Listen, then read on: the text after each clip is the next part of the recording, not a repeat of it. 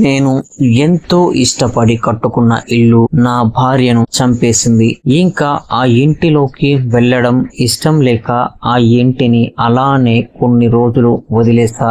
ఎంతైనా ఎంతో ఇష్టపడి కట్టుకున్న ఇల్లు కదా, ఎలానో అలా ఇంటిని అమ్మేసి కనీసం డబ్బైనా తెచ్చుకుందాం అని అనుకున్నా. కానీ ఆ ఇంటిని కొనడానికి అప్పుడు ఎవ్వరూ ఇంట్రెస్ట్ చూపలేదు. సరే అని ఇంటిని రెంట్కి ఇద్దాం అనుకున్నా. అలా కొన్ని రోజుల తర్వాత నేను నా దేల్లాక్క గర్ని ఒక విద్యార్థికి లీజుకు ఇచ్చాను. బాగానే ఉంది, ఏం కాలేదు. కానీ కొద్ది రోజులకి భవనంలో ఆ విద్యార్థి ఆత్మహత్య చేసుకుని శవమై కనిపించాడు. నాకు ఒక్కసారిగా గుండెల్లో గుబులు పుట్టింది. అసలు నేను సరైన ప్లేస్ లోనే ఇల్లు కట్టానా అని నాకే అనుమానం వచ్చింది. కానీ విద్యార్థి కదా, ఇంకేమైనా ప్రాబ్లమ్స్ ఉన్నాయేమో అని నేను లైట్ తీసుకున్నా. ఆ తరువాత ఒక ఫ్యామిలీకి రెంట్కి ఇచ్చా. వారు కూడా కొద్ది రోజుల్లోనే శవాలుగా కనిపించారు. అలా ఎవరైనా ఆ ఇంటిలోకి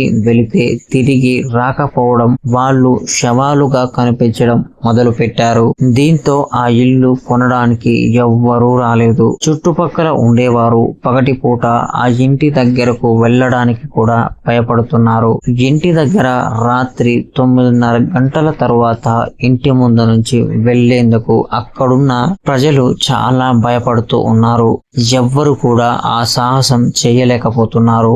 ఎందుకంటే మా ఇంటి నుండి ఓ మహిళ ఏడుపు, వింత శబ్దాలు వినిపించాయని, ఇంటి బాల్కనీ మరియు టెర్రస్ పై తెల్లటి చీరలో ఒక మహిళ కనిపించడం చూశానని చెప్తూ ఉన్నారు.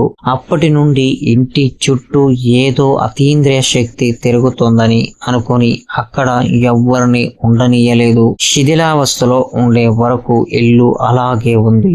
అయితే ఆ ఇంటిలో మరణాలు ఎక్కువ అవుతుండడంతో ఆ ఇంటిని హైదరాబాద్ మున్సిపల్ కార్పొరేషన్ హైదరాబాద్ లోని దయ్యాల ఇంటిని కూల్చి వేయాలని నిర్ణయించింది. ఎంతో ఇష్టపడి కట్టుకున్న ఇల్లు చివరకు దయ్యాల కూపంగా మారిపోయింది. ఈ వీడియో మీకు నచ్చిందని అనుకుంటున్నాను.